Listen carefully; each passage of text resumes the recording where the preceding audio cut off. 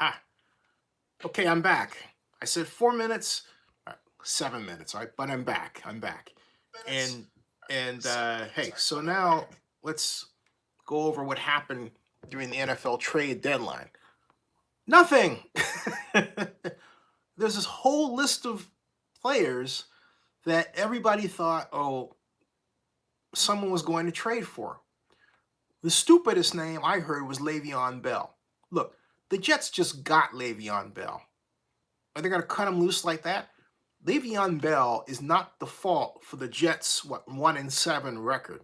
Okay, Le'Veon Bell is not the fault of the Jets' 1-7 record. That fault lay right in the lap of the head coach Adam Gase. Did you hear that awful press conference he had? Oh my goodness! And then everyone was looking for the Raiders to get a pass rusher. And hey, look, I hear you, but as I said before, the Raiders' problems are not with personnel, it's with structure. And apparently they agreed with me. Although, as I think about it, I would have loved to see the Raiders go out and get Vic Beasley from the Falcons and just take him to a better place, because Vic Beasley is not being treated properly out here. I'm telling you, folks, Vic Beasley is a fantastic NFL defensive athlete who is being misused with the Atlanta Falcons as they are currently being coached. And that's nothing personal against Dan Quinn.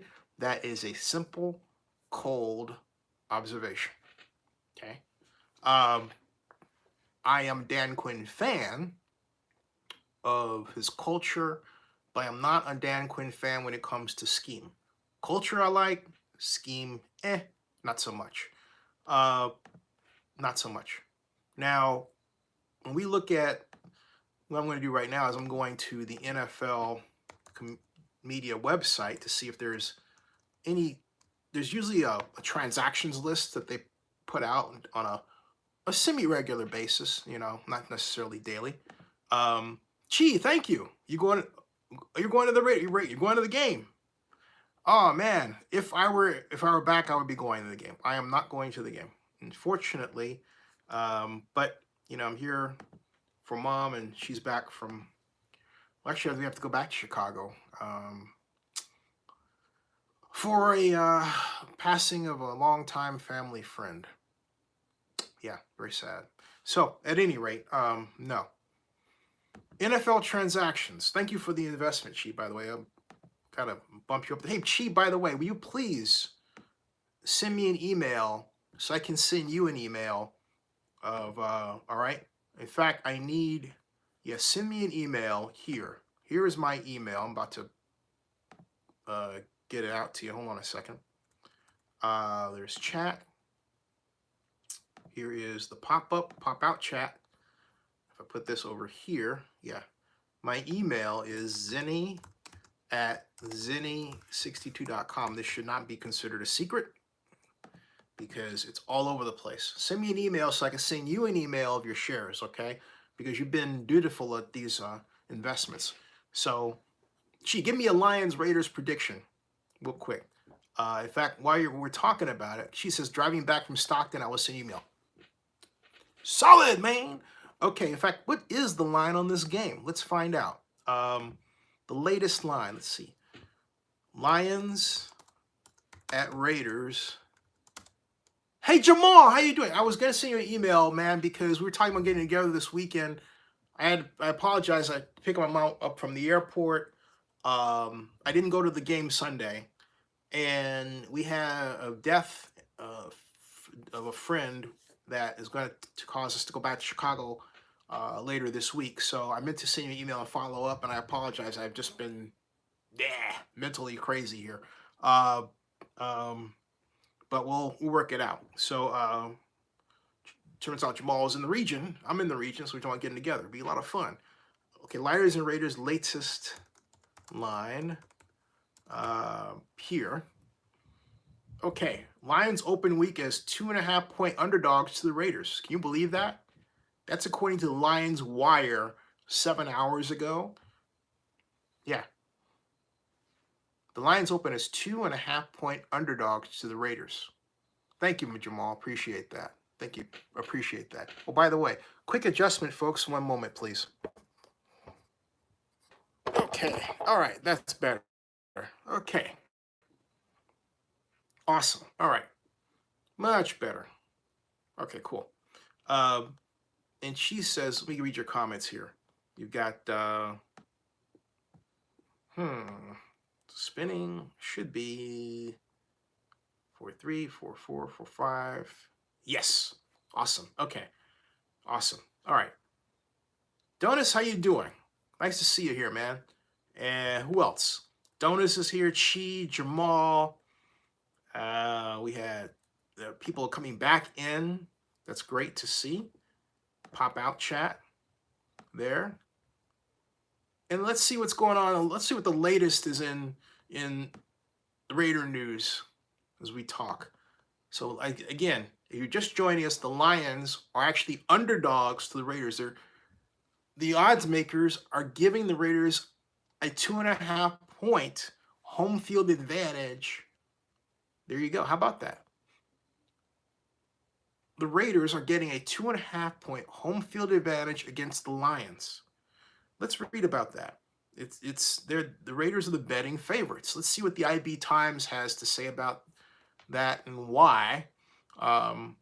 Prediction against the spread odds week 9 preview. This is a spread odds week 9 preview. This is a week 9 in the NFL. Boy, the season's going, man. What is the reason for this?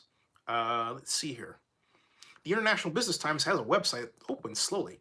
Okay. Then I get the spinning wheel of death and all that jazz and find. Oh, here we go. Okay.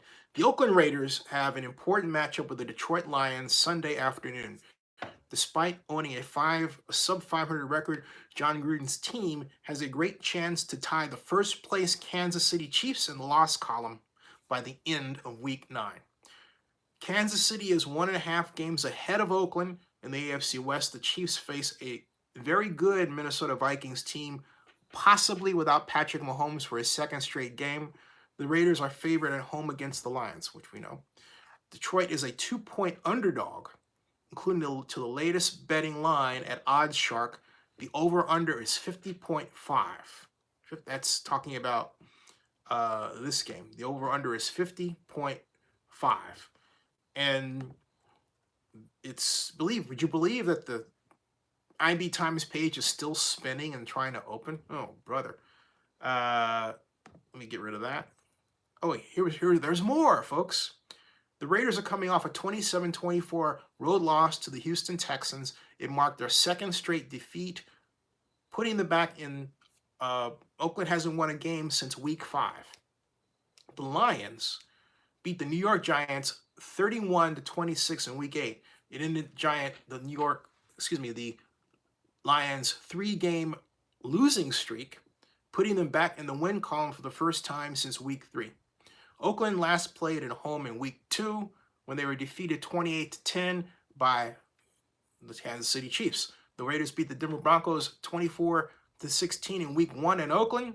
The game was more one-sided than the final score indicated, and boy, you can say that again. Hey, welcome to Zenny62, everybody. I'm talking about the odds makers' opinion of the Lions visiting the Raiders this weekend. The prediction is that there should be plenty of points scored in this one, they write. No one is allowing more passing yards per game than Detroit. Oakland is 30th in pass defense. Both teams are tied for 25th in the league with 13 sacks. The Lions and Raiders are 26th and 27th, respectively, in opponents' yards per play. The Raiders have actually moved the ball better than most teams. They rank 4th in the league with 6.2 yards per play. Derek Carr leads the NFL, completing 72.1% of his passes. He's 7th in the NFL in terms of passer rating with a 103.6 rating. 5 of Oakland's opponents rank in the top half of the NFL in scoring defense. Detroit is 26th in points allowed per game.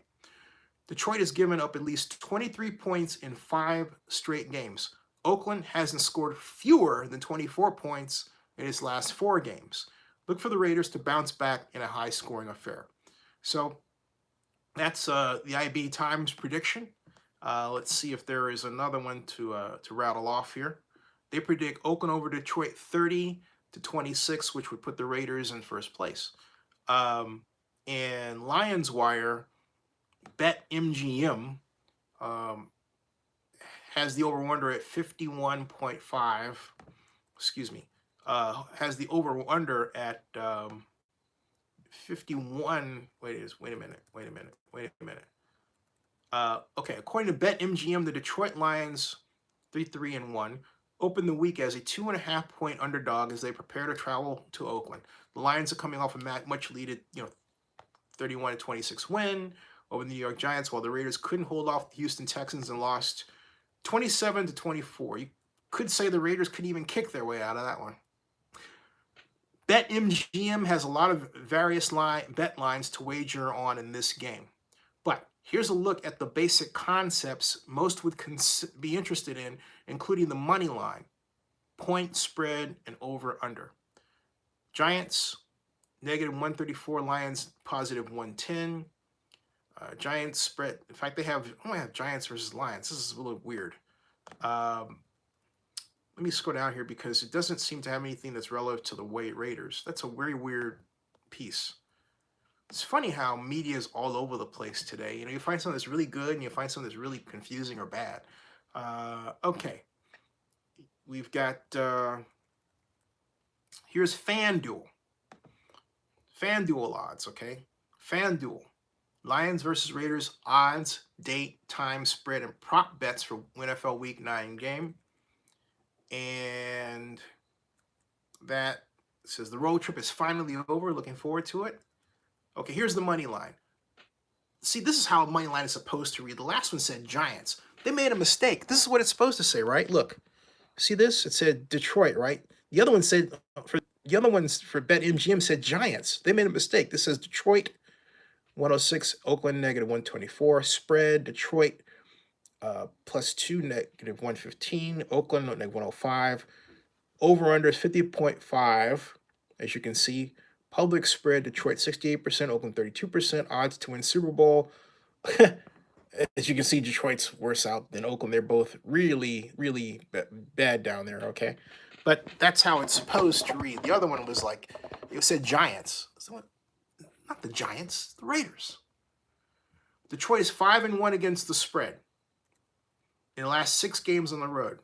The total has hit the over in 4 of the last 5 games. The total has hit the over in 4 of the last Oakland's last 6 games against Detroit. Oakland is 4-2 straight up in its last 6 games when playing at home against Detroit. I discount all that because it's different teams, all right? They've got a lot of stats here and everything else. I'll tell you what, okay? I will tell you what I believe will happen. I believe that I want to say the Raiders are going to take this one, but I just, you know what? The Raiders are going to take it. I can't see the Raiders losing at home. I just can't. As much as I think Detroit has the better passing attack with respect to attacking the Raiders' defense, the Raiders move the ball impressively, and they're doing a great job of mixing the running game, led by Josh Jacobs, with the ball control passing game. So let's see if the Raiders get blitz religion this time. That will be the major difference. If they don't, it's going to be a long day. But I'm gonna throw in the old Oakland magic and say that we have one team, at least that right now is playing in Oakland, and will benefit from the Oakland magic in the crown and win, and that will be the Raiders. So I'll put that out there. I'm going to call this the pixie dust, Raiders pixie dust bet, right? That's what I'll say. Yeah, there you go. The Raiders pixie dust bet. How you like that one? Pixie dust. Pixie dust. Yeah. And let's see what we have here. We've got pop-up commentary here. That was the old one. Oh, Joseph Amenduras, he calls it silver dust. Joseph, how you doing? Joseph calls it silver dust. She says, which could result in a lockout. Players are demanding more power. Oh, wait a minute. She says Trent Williams of Washington should have been traded. Same goes for Big Beasley in Atlanta. Yes. I do not like how NFL owners hold players hostage. And he believes that could result in a lockout. Players are demanding more power. I think also that how this flood of money that was going to come from gambling is a big issue. And the extent to which the players get a cut of that, I think, will determine the future of the NFL. If that can't be realized, and the negotiations are going on right now, I think you're going to see a lockout. Now, if that can't be realized, okay, because there's no way the players can walk out of those meetings without having discussed revenue splits from gambling. No way. Because you're talking about something that's going to carry you on for the next decade, right? And you and I both know that sports gambling is going to grow even more from now even to when the CBA is ratified in the next 10 years beyond that. So this is something they're going to have to get right before they can dream of a future without a player lockout. I personally can't see the players not striking, uh, even if they don't have a deal that incorporates sports gambling. Okay, I just can't see that. Let's see your comments here. Joseph Mamadura says silver dust. Silver dust. Now, let's hear what the Raiders are talking about in terms of what's burning on the news that they've got coming out of headquarters there, right? So, here we go. Excuse me for a second, folks. Just plugging it in there. And video stream. The most recent video was actually two of them on Las Vegas Stadium, I guess because of the bye. We haven't had a well, we had the recap over the Texans. We haven't had anything since then in terms of this week. So I expect we'll hear something tomorrow. But let's hear what John Gruden told the flock after the Texans game, okay? So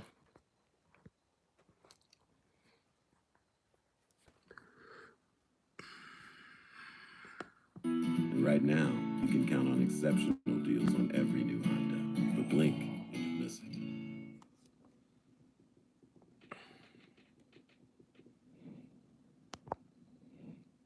We got some guys that are still getting evaluated from a trainer, but I'll answer any questions that I can. No, the X-rays, I believe, are negative, which is a good sign. But that doesn't mean that we don't know the severity of the injury. We're still looking into it and try to let you know something as soon as possible. How did Andre James fare? He did all right. He did a good job. You know, really pleased with his communication. You know, he caught a lot of the shots. You know, he did a lot of different things offensively in this game, and he showcased his preparation. He made some good blocks, made some good calls up front, and I was proud of him. You said he anticipated moving away from tackle when he turned pro, but maybe not the center. What was it about him that you thought made him a good fit for that spot? Well, Tom Cable's done this a long time, has a lot of experience, not only with moving players around. He's taken guys from defense and made them conversion players onto the offensive line. Andre just has the athleticism, the size. He's got the intangibles that you look for in a center. He's smart, he's athletic, he's a good communicator, he loves football. So that was an easy decision by us, I think, but it's a credit to him to go out there and play this well, this fast. He had a great preseason. We didn't play our starters much. So if you look back on the value of preseason footballs for guys like Andre James to get themselves acclimated to a new position, and it certainly paid off. It's the second time now in 2 weeks that you've done that. You've replaced a real key guy with someone that hadn't had a lot of experience or hadn't played in the well. It was Sharp last week, and then James this week. Why is an environment in that room conducive to the guys plugging and playing? Well, I think you can say a lot about our team that way, not just the offensive line. You see Zay Jones come in, Trevor Davis come in, Andre James, Dave Sharp. I think it's a credit to the assistant coaches, number one, the way they prepare these players, the way we practice, and the veterans on this team. You know, they push the right buttons. They challenge these young guys to know their stuff, and it's a combination of a lot of things. But we've had a lot of young players step up, and hopefully that's a good thing for us down the road here. Derek's been pushing the ball downfield more, especially the last couple of weeks than maybe he has in the past. Is that a matter of just confidence in the system or the offensive line? What leads to Well, we're seeing more man coverage. You know, Green Bay played a lot of man-to-man coverage. So did Houston. And with that being said, you have some one-on-one matchups outside. You try to take advantage of some of those. We made some plays yesterday, but we left way too much out there, I think. We left a lot of big play opportunities out there. I think we should have made the plays, but it's a combination of who we're playing on defense, and oftentimes that impacts your play selection. Yeah, Josh Morrow. He's being evaluated too. So we got a lot of guys that are over there getting looked at. We did lose Justin Phillips, linebacker, for the season. He had a knee injury yesterday.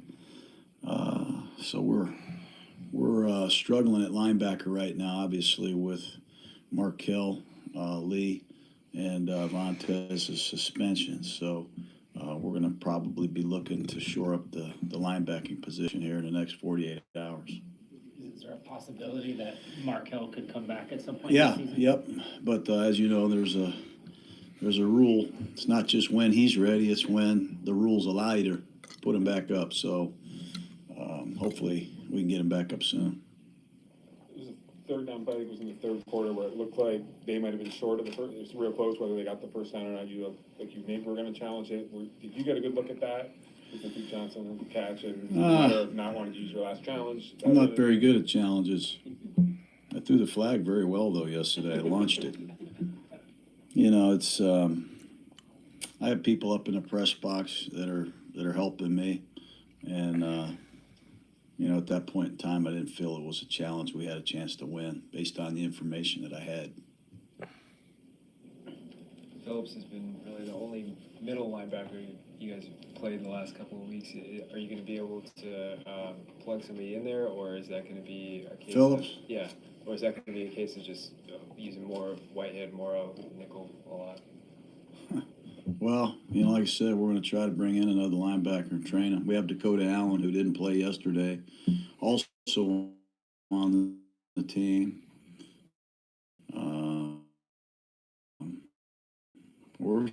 Hopefully Whitehead is ready to go. He came out of the game. When they were trying to get down Watson, he was worried about slinging him and not falling on him. And you guys have had Crosby and Hurst have got these penalties that seem kind of questionable in terms of falling on guys.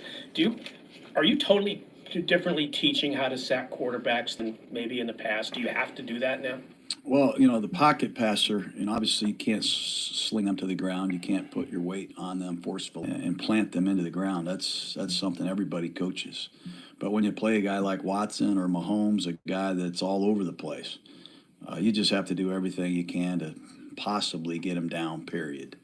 And I just walked away from the tape looking at Watson. He's something else now. He carried it 10 times. He scrambled another 10 or 12 times to throw the football. To answer your question, we do try to enforce as much etiquette as we can, you know, within the rules. But you also got to be relentless in your pursuit of the quarterbacks, especially when they're able to extend plays like Watson is. I think Hopkins had 5 catches with linebackers in coverage. I'm guessing that's something that you're going to want to avoid. Well, he played pretty good. He played 58 plays. He had a couple really good breaks on the ball. He just got to stay low. You know, he's got to stay true to his fundamentals. I thought he did a good job. He got an IV. I don't think he was used to playing that much. But his debut went a lot better than mine, I'll say that. Any differences this week with not having a flight to plan for and getting to play? I'm gonna actually have dinner with my wife Friday night. You know, I kind of miss her. You know, it's been tough. You know, I've sarcastically had fun with it. I've never seen a team go 6 weeks without a home game, but we were able to withstand it. We won 2 out of 5. We would have liked to win 3 out of 5, but our guys are playing hard, and I think all the travel helped our team bond a little bit. It'd be pretty neat to play in our home stadium. We've got 8 or 9 players that have never played there, so it'll be a foreign experience once again for us. What is the message to those guys, John? The guys that weren't on this team when you started this road trip?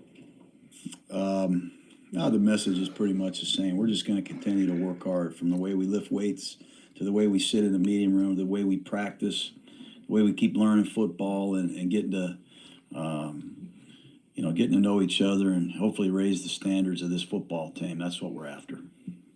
Your offensive line, in general, has been good, but the pass protection, got some out of sack in 4 games. I think there was 3 total pressures yesterday. What is it about this unit that, despite the fact you have guys coming in and out, you guys have been able to be pretty tough up front? We've been playing pretty good. You know, we've got balance. You know, when you have balance, I think it's the hardest thing there is to defend. You know, we're running the ball with some good success. We've got a really good young back. Our tight ends can all block. They're not one-dimensional players. We're staying out of third and ridiculously long situations. We've been in tight football games. And Derek's playing good, too. Don't underestimate how good Derek is playing. But Colt Miller has had a heck of a year. The right tackle is everything we thought he was. And our 2 guards, you know, those 2 guards are players. And hopefully Rodney's back with us this week because he's the catalyst for everything. But we're balanced. We have good players. Guys prepare hard. They have a lot of pride. And Derek's playing good. So you mentioned linebacker, but just overall, how are you guys approaching the trade deadline? How are we approaching it? Realistically, this is not, you don't just turn on the NFL Network and listen to all the rumors and believe they're all possibly achievable. We're listening to the phone and we're making calls and we're seeing who's really available and what the price tag is. When you do make a trade, you also have to inherit the contract and the ramifications of that. Right. Some of these guys are going in on the last year of their contract.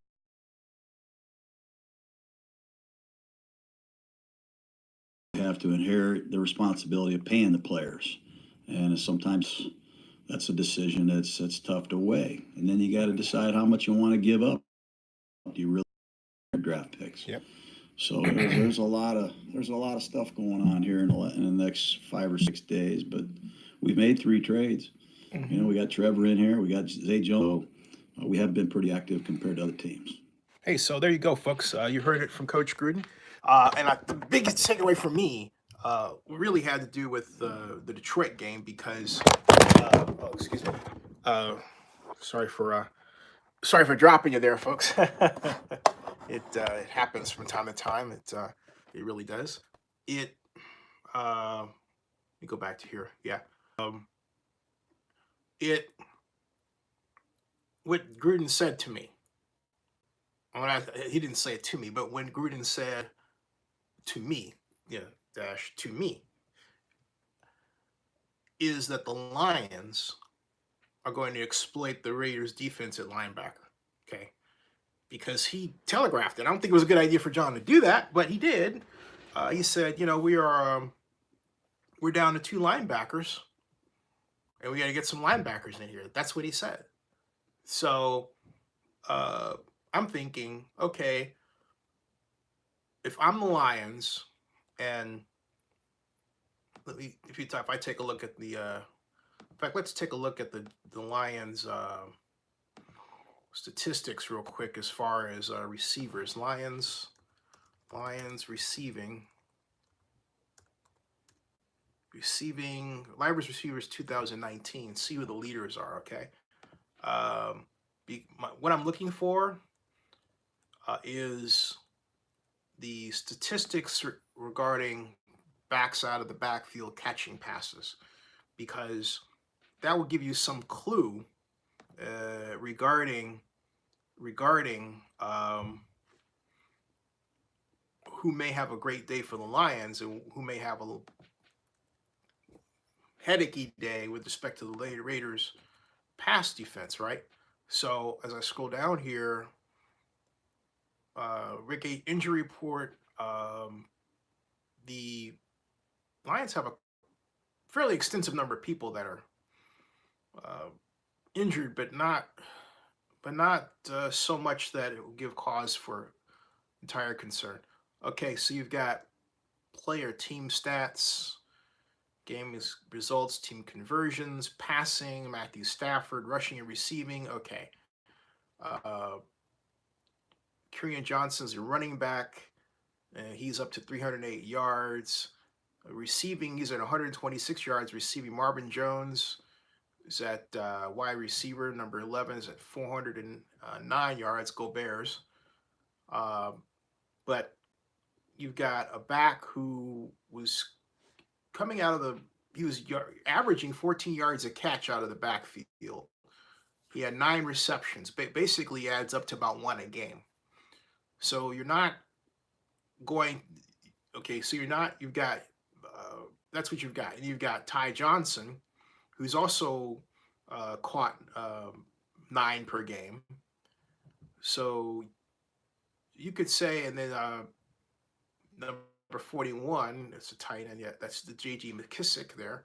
So you could say that the backs are good for probably about 18 catches a game, which is substantial, okay? That's substantial, and that means that right there tells you the weakness, the Raiders' weakness versus the Lions' strength. The Lions' strength in terms of numbers of throws, okay, is Marvin Jones has 34, but they're not shy about throwing it to the backside of the backfield. And the Raiders are basically ripe candidates, and their linebackers in particular, to be hit by the Lions in that way. So look for that. Now, the question is, where are the Lions the most vulnerable? And you've got to look at their defense all the way around. And I would actually use the run to set up the pass, because the Raiders have a very effective running game, and I would use the play action on first down, run on second down, and then standard play action or standard pass on third down, and then have a great variety of plays and formations within that. Looking to really spread out the Lions offense if I were asked to structure the game plan, right? That's what I would do. And I would give them a steady diet of what they're going to do to us. I would throw them to my backside of the backfield. I would feature Josh Jacobs and, of course, a great tight end, right? In the attack, I quite literally focus the passing game from the inside out. From the inside out. And speaking of Waller, the Raiders need to work on his route running. It's not as precise as I would like it. For example, on the touchdown against Green Bay that he caught, he ran down the middle, which is like kind of a belly, right? As opposed to what he could have gotten if he ran Bill Walsh style. If he ran it as if he was going to run the out pattern and then come back to the inside, it actually widens out the defense and widens the hole that appeared that Derek Carr threw into to cause Waller to score. It's a very effective pattern that in this era of sloppy pass pattern running is taken for granted. There is a lot of very sloppy pass pattern running, and that is true across the board. It doesn't matter to the team. There are a lot of examples of lousy route running and not making cuts so that you're faking the receiver out, turning them around. There are exceptions. There are individual examples, like with the Eagles, where that's not the case. But for the most part, I can't remember a year where I've seen more bad route running than this year. Or your receivers, what I mean by that is this: receivers that just, when they run their route, instead of making a cut, they just roll into their route lazily. Why is that an issue? Because when you do that, you wind up telegraphing the route. If you're going to run a sideline pattern and you're rolling into it, that curl, you're letting the cornerback close in and move into position for an interception. But if you go up and you fake inside and then cut out, different story. You create the separation by the route, right? I don't see a lot of that. The best route runner is not playing in the NFL today, and that's Fred Biletnikoff. How many times have veteran Raiders watchers seen Fred Biletnikoff run a route so great that he was quite literally standing all alone on the sideline, cooking barbecue, feeding the crowd, and then catching a pass for 20 yards and a first down? I kid you not, okay? I kid you not. Fred Biletnikoff set the standard for route running that every football player, peewee and up, should see at least once. When I say once, I mean like not just once, but I mean one game of Biletnikoff's route running, okay? That's the guy that, like, nobody else set the standard, talking about Fred Biletnikoff. And so Anthony says, Raiders need to beat the Lions or we're out of the playoffs. John Akala says, John, how you doing? John says, you see a possible high-scoring game versus the Lions? I do, but I see it more as a game of errors. And I think there's going to be a lot of specialized throws to take advantage of linebackers, but my mind's eye sees a lot of mistakes. I see a game of turnovers, interceptions. And that's not a statistical prediction. That's commonly what you get when you have two organizations that know they can hurt each other via the pass. Because the flip side of that is, hey, look, I know you're going to pass against me, and so therefore I'm going to structure my defensive pattern approach or defensive coverage approach to stop what you do best. So the game, and you'd say, what do I think the Raiders are going to do? I can tell you what I hope they do. What I hope they do is blitz. What I think they're going to do is a bit more man for man than they've done, but man zone combinations. I hope I'm wrong, okay? I hope they blitz a lot. I hope they blitz the Lions getting off the bus. That's me, because that's what they need to be effective today. I am also personally tired of seeing these defenses where the linebackers are 4 yards and sometimes 5 yards off the line of scrimmage, which is just a ripe opportunity for a team to turn around and say, you know what, we're going to run against you. Because if we pull our guard and your linebacker's in the bowl area, he's 4 yards off, you've set the second level way back there. And watch these films, particularly watch what the Eagles did to the Bills, all right? The reason why the Eagles beat the Bills was encapsulated in the Bills' alignment of the linebacker so far off the line of scrimmage that by the time the Eagles lineman got to them, it was 4 yards downfield. The lineman had already gone up ahead of steam, and boom, blocked him right in the chest, which tells you what? That the lineman was low, the offensive lineman was low, and the defensive lineman was high, and knocked him back, and phew, off went the Eagles running backs for effective gains over what, 200 yards, well over 200 yards rushing, 218 yards rushing, I believe, something like that. But no running back on the Eagles over 100 yards, which tells you statistically that the Bills' defense was basically structurally ripe for the picking. It doesn't mean that their personnel was bad, but it means that the scheme that they played was ripe to be ran against. And what was dumber is that they didn't adjust. Okay? They didn't adjust. All right. Stadium update. Let's talk stadium. First of all, let's go to the stadium in the live cam. I want you to see something, folks. I think it's quite interesting. No, it's not bad news. Boom. Major progress. Okay. It says by November, mid-November, they expect to have this all the way up there, moving it up by hydraulics. This is the roof structure. This is not the roof. The roof is not complete until all this is covered over. So this is still a long process, folks. Watch the weather, because imagine that can rain at any particular time, all right? The good news is that they're getting most of this out of the way, but the bad news is the risk of weather. This is the only other kind of roof ever developed in the United States, the only one of its specific kind, with these cables like this, okay, for this stadium. So when you get that, you get something that, hey, look, if something goes wrong, there's a part missing here or there, it's going to take you time to straighten it out. It already has, because look, remember how much time was spent putting these roof trusses in, and they put them in wrong, and they had to reset them and all that stuff. So it won't be until February of next year, February or March, before this is all covered over. Okay. Mid-November, they'll get this up there, but then they have to worry about covering that over.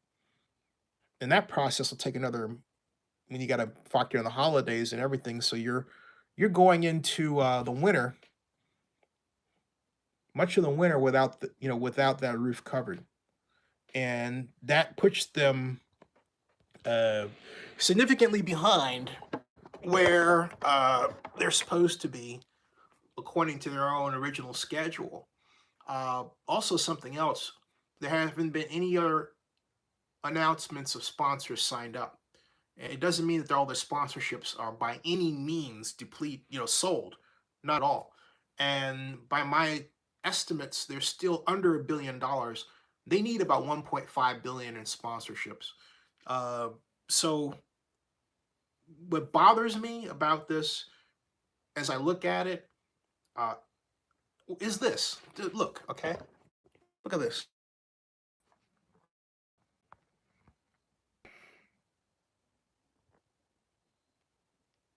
Okay, as I was...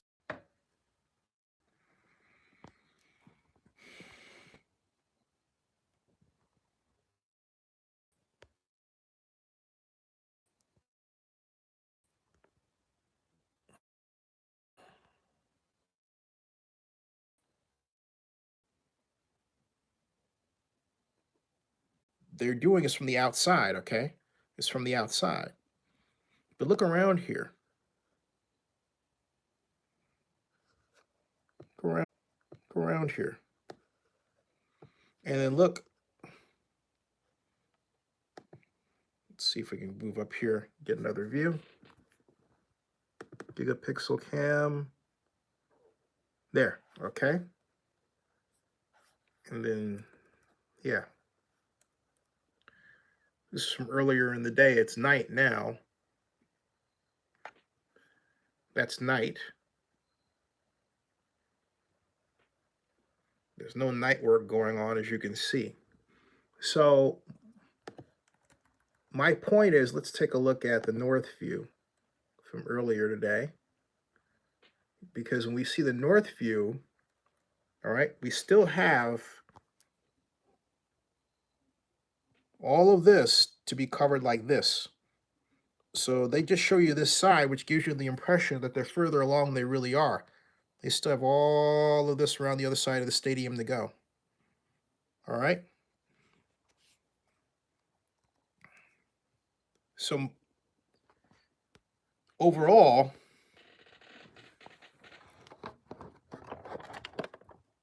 what's the message here? The message here, we're getting closer and closer to that April 1st deadline where the Raiders need to tell the Coliseum Joint Powers Authority whether or not they're going to accept the option to play in 2020 or not. So these process points I'm showing you are critical. It's not just getting the stadium roof up or covered. The question is, can they get to a point where the stadium opening is before, with respect to the NFL, is before October 30th or 20th of next year? If they can't do that, the Raiders would have to play in Oakland for 2020, which I think would be great. I think it would be fantastic. But that's where things stand right now. The other reason I mentioned the numbers of people, or what appears to be a bit of a shortage, or would dearth be the right word, dare I say, is I'm wondering if there is a money shortage such that they had to cut back on work hours in certain areas, because it was referred to such a condition in the last stadium progress report. Basically, every time the Raiders received new sponsorship pledges, that money was earmarked against a chart of monetary needs that went into building the stadium. And it was said they would have to, quote, find money. There was that language in there that was alarming when I saw it, and it should be alarming to anybody that's been following the progress of the stadium, okay? So that line should not be allowed to just remain there without attention from you. Go to the Las Vegas Stadium Authority website, go to the most recent meeting, and then read the documents regarding the Stadium Monthly Progress Report. Plural, there are two of them. Read those documents and look at the stadium schedule and look for one line that tells you about the administrator. In fact, I can do that for you right now. I'm talking to you, and I should be about my business of showing and telling, right? Let me do that for you so you can see what I mean. And John Acosta, so do you think the Raiders will play next year in Oakland? I think it's quite likely, okay? I'm not ready to give you a definitive answer at this point because I'm optimistic that the weather will be kind to them. But if the weather starts to go inclement or cold, we'll see. I've been approved to cover CES Las Vegas for the 10th year in a row. So I'll be there the second week of January, and we'll be able to give an update. But I wonder if the Raiders are going to have another party.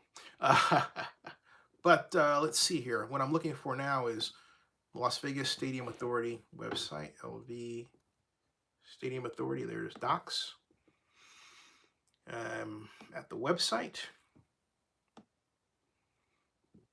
Now, the schedule that I'm looking for, I don't expect it to read any different than when it was adjusted to make you think that September was the new target, right? But there was one before that where it pushed it all the way to October. And then I made news about it, and everybody went ape, like, oh, no, change it. Is that doggone Zenny? Okay, meetings. Let's scroll down here.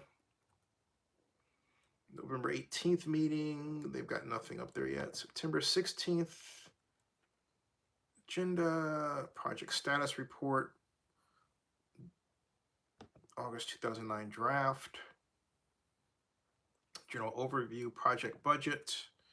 remains unchanged. Let's go down here. Change orders, authority construction. They left the timeline out of that one. And it is, this is what caused my concern last time. I'll read this to you. This is from Grand Canyon Development Partners, the authority construction representative.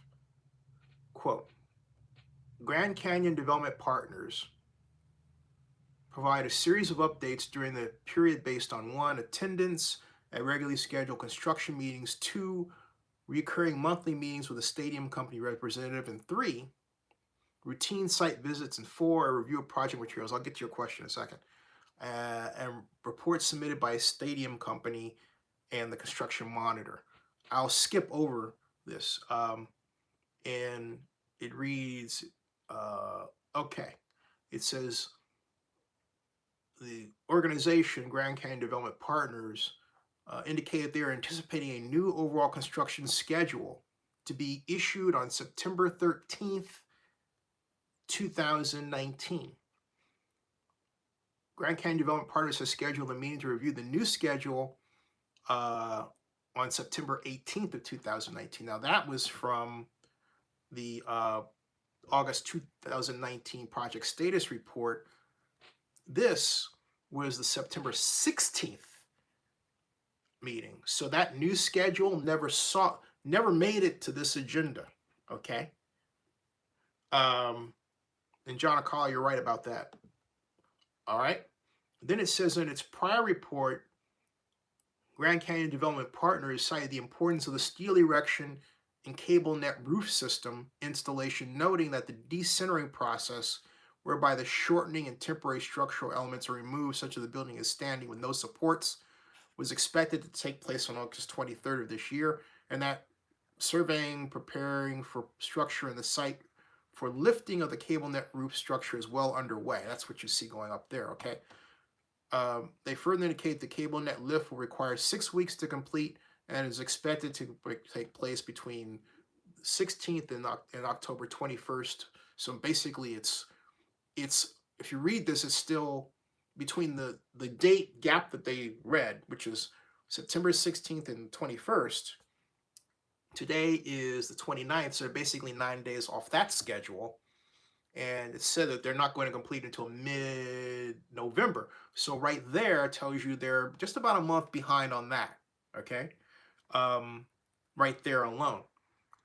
So they point out a number of measures that have been taken to keep the project on schedule, including a variety of trades working on Saturdays, the acceleration of finished work on the event, mezzanine and concourse levels, including installation of ceilings and ceramic tile, paint and pulling and electrical installation, installation of critical mechanical, electrical, and plumbing systems and fixtures, suite framing, public plumbing for toilets and concessions, and a plan to install seating sections in the lower bowl using a 24-hour continuous operation, which really went well, I have to say.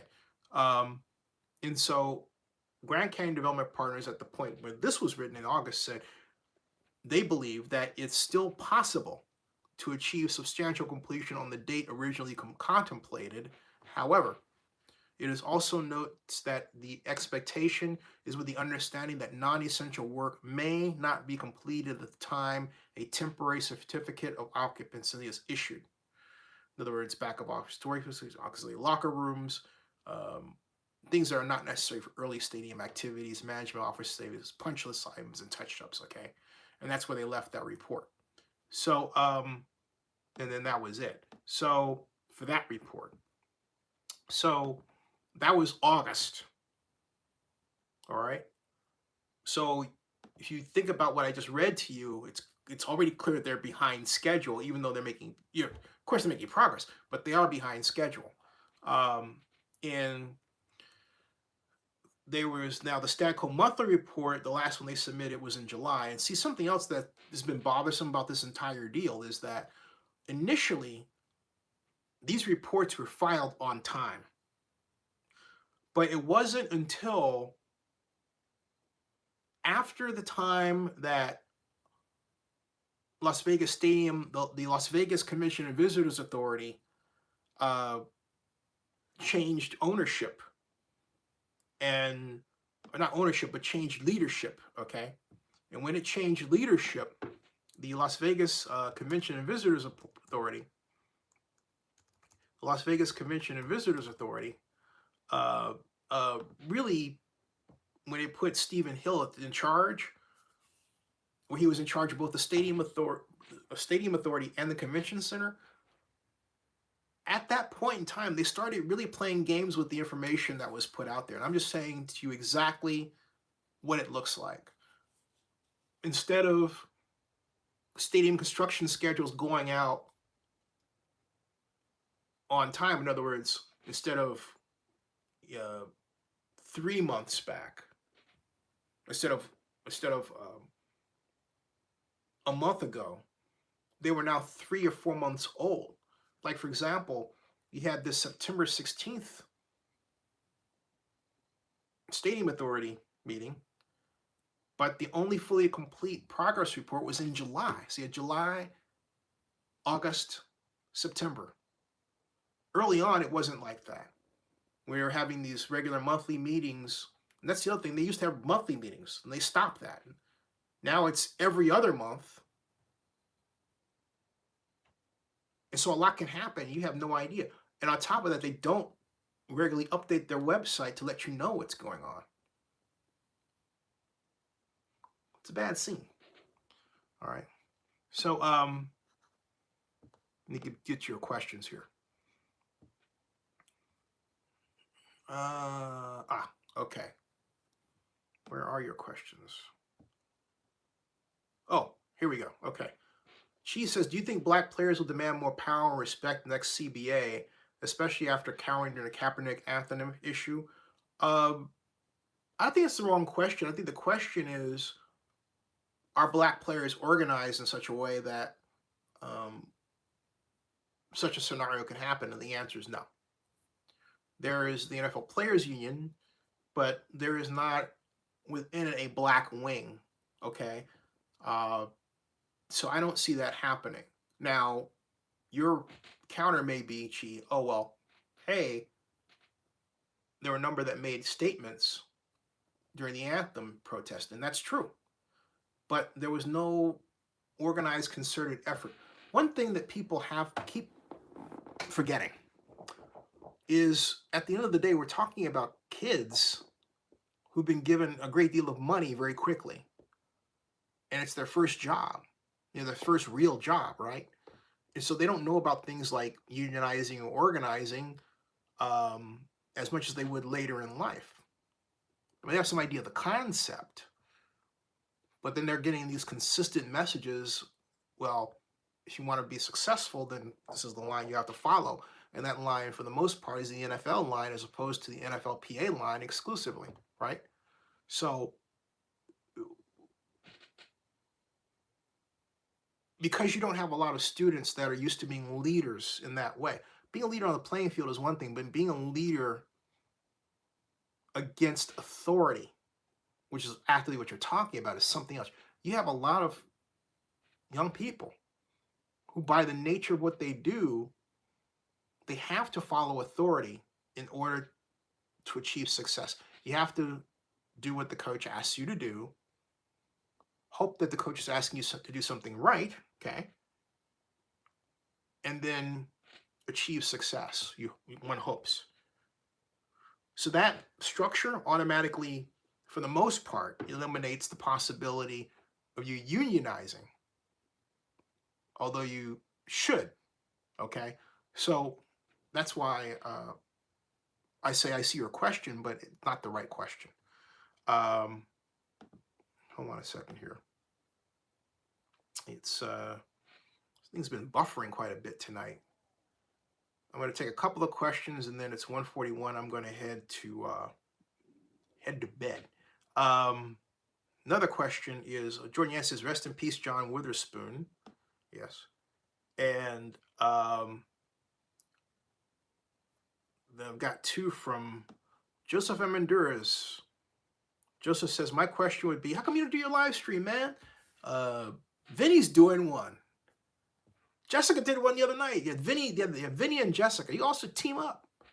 Joseph says, my question would be, how can the NFL allow a Trump Republican who is known to be dirty head of disciplinary actions, FYI, while Congress voted against the Civil Rights Bill? I don't know if I understand your question, but I'll basically say this. Donald Trump's a billionaire. They're billionaires. They all know each other. End of story. Okay? And she says, famous comedian John Witherspoon from Richard Pryor show passed away. Rest in peace. Oh, no. Oh, no. Okay. John O'Connor says, once the stadium is finished, I'm guessing they have to go through an inspection. Yes. Yeah. And then Joseph Amenduras follows up. He says, is that hypocritical to have a dirty player passing out disciplinary actions to other players? That's a judgment call. I mean, I don't, I can make the argument that who better to meter out punishment against dirty players than a person who was once regarded as a dirty player, right? Seems logical to me. So yeah, there you go. You take that up on your side. All right, I got to get off to Slumberland. Live long and prosper. And by the way, watch Emergence. And then stay tuned for more. I'm going to do more tech live streams. I haven't done a tech live stream in a while. I'm going to do a tech-oriented live stream this week. Actually, talking about some issue of tech. In fact, hey, let me ask you, since I have you here before you go. Of all the topics in tech, which one would you like to see me present first? Just write it down. Any topic, just name it. Of any topic in tech. Because some of you are not in tech, some of you are, right? Which topic is the one that you'd like to see discussed? Company, product, whatever. I'm waiting. Hello. 14 people here. I guess they're all thinking. I think part of the delay is the delay from when I say this to when it gets to your ears. And then you type, right? I'll type this. I'll say, okay, question. Oh, cell phone wars. iPhone versus Samsung. I like that one. Okay. Actually, I like that. I'll do that. Cell phone war. I like that one.